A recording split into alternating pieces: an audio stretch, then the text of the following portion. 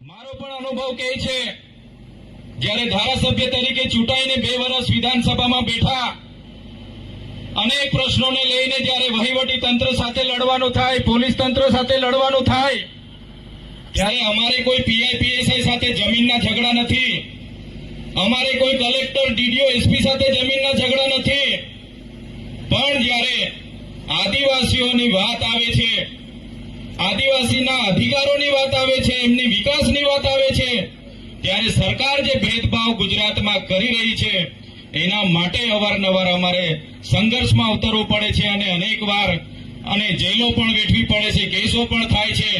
ત્યારે મિત્રો, આજના મંચ પરથી કહેવા માંગુ છું, સમય વધારે નથી, ઘણા વક્તાઓ પણ બોલવાના છે। અમે આ રાજસત્તામાં આવીને વિધાનસભામાં જોયું કે આદિવાસીનો ઇતિહાસ ગૌરવશાળી છે। આજે જે આપણે રાણા પૂંજા ભીલ, જેને રાણાનું બિરુદ મળ્યું હતું એ જમાનામાં, એમની જયંતિમાં ભેગા થયા છે, ત્યારે એ રાણા પૂંજા ભીલ હોય, બિરસા મુંડા હોય, ટટ્યા નાયક હોય કે આપણા કેટલાય ગુરુ ગોવિંદસિંહ હોય, એમણે આઝાદી મેળવવા માટે હજારો વર્ષની લડતો લડી છે, છતાં ઇતિહાસમાં સ્થાન નથી મળ્યું। એ બાદ પણ તમે જોઈ લો, આજે રામાયણની વાત થાય છે, રામાયણ પણ સબરી માતાની વાત હોય, એ આપણા પૂર્વજ હતા, હનુમાનની વાત હોય, આપણા પૂર્વજ હતા, નિષાદની વાત થાય, એ આપણા પૂર્વજ હતા। જ્યારે શિવાજી મહારાજની વાત આવે છે, એનો ઇતિહાસ પણ તમે ખોલીને જોશો। આદિવાસીઓનો વિકાસ નહીં કરવા માંગશે તો આદિવાસી સમાજ અમારો ભીલ પ્રદેશ માંગે છે અને સરકારે એમાં ભીલ પ્રદેશ અમને 29મું રાજ્ય આપી દેવું જોઈએ। આજે અમેરિકામાં આપણા કરતા ઓછી વસ્તી હોવા છતાં 50 રાજ્યો ત્યાં છે, તો 29મું રાજ્ય ભીલ પ્રદેશ બને, એમાં કોઈને કોઈ પણ સરકાર હોય, કોઈ પણ પક્ષ પાર્ટીના આગેવાન હોય, નેતા હોય, એમને વાંધો ના હોવો જોઈએ।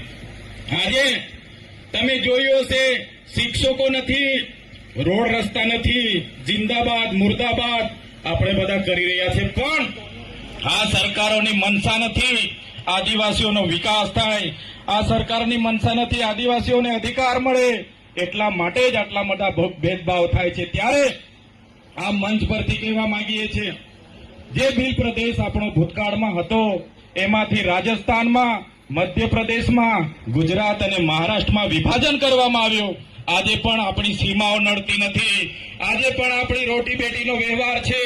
ત્યારે આવનાર દિવસોમાં હું યુવાન મિત્રો અને વડીલોને વિનંતી કરું છું, આપણી એક લડત ઉભી થાય, ગુજરાતમાંથી, રાજસ્થાનમાંથી પ્રેરણા લઈને આપણે બધા આગળ વધીએ અને આપણો ભીલ પ્રદેશ મેળવીએ।